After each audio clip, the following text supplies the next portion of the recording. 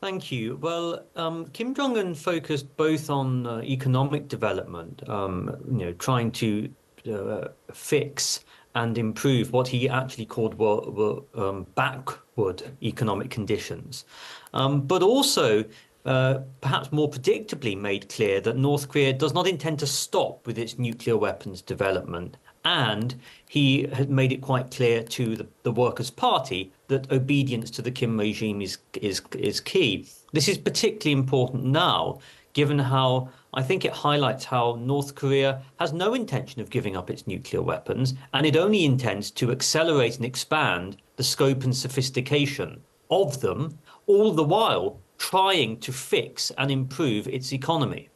Well, the threat to accelerate and expand, we've heard this before from Kim Jong Un. How significant is this, the latest claim or threat? This latest claim, I think, fits in line with Kim Jong Un's policy outlined in 2021 when he basically offered a shopping list of conventional and unconventional weapons, including advanced missile technology that he wanted to obtain in the next 5 years. We're coming to the end of that 5 year period now, and he has been advancing through that list pretty swiftly. I think what's clear though, from Kim's statement recently, and the fact that he claims that North Korea is a, quote, responsible nuclear state, he said this before, is that North Korea now takes its nuclear weapons for granted. But it's making very clear to the outside world that at a time when it doesn't want to negotiate with the West, with the US or with South Korea, it will keep going with its nuclear weapons and simultaneously try to develop its economy. Do we know about how much North Korea's nuclear capability has increased just in recent years?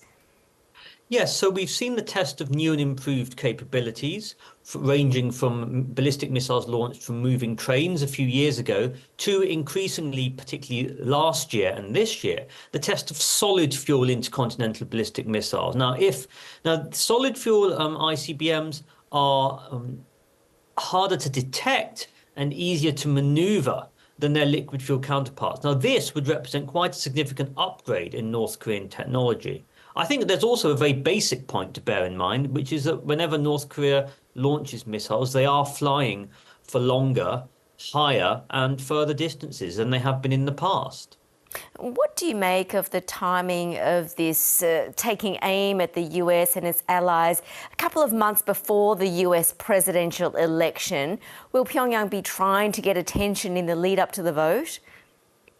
This is a common strategy even before Kim Jong Un took power at the end of 2011. North Korea has historically provoked in US presidential election years to try and, as you say, test the candidates and then obviously wait for the outcome. At the moment, I think North Korea is very clear.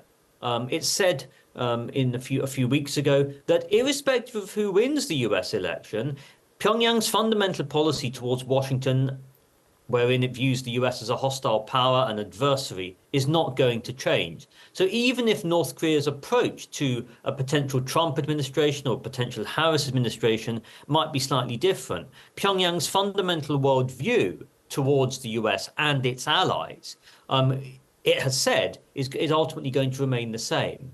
Well, North Korea has also started to, again, launch balloons carrying trash towards South Korea. This has been going on for some time now. What is Pyongyang trying to achieve? So this has been going on for several months, and it's what I would call a sort of lower level provocation, but obviously we shouldn't discount it. I think it would be naive to dismiss these provocations.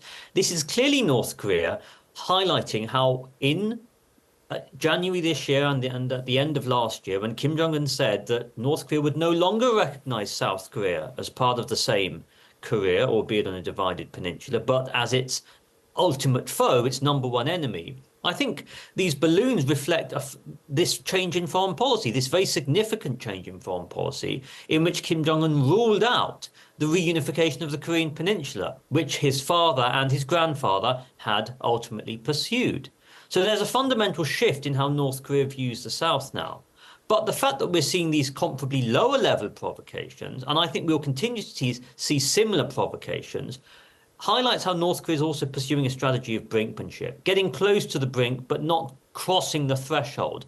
at the moment at least, of using nuclear weapons or starting a war in the Korean Peninsula for fear of the consequences, one of which would be the destruction of the Kim regime.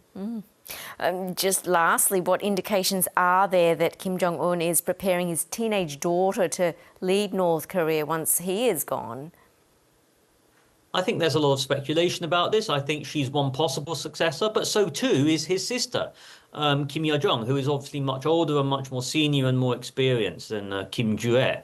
I think the key message he's trying to send now, though, through all of these public displays of his young 10-year-old daughter, Kim Joo-ae, is that the Kim regime is here to stay.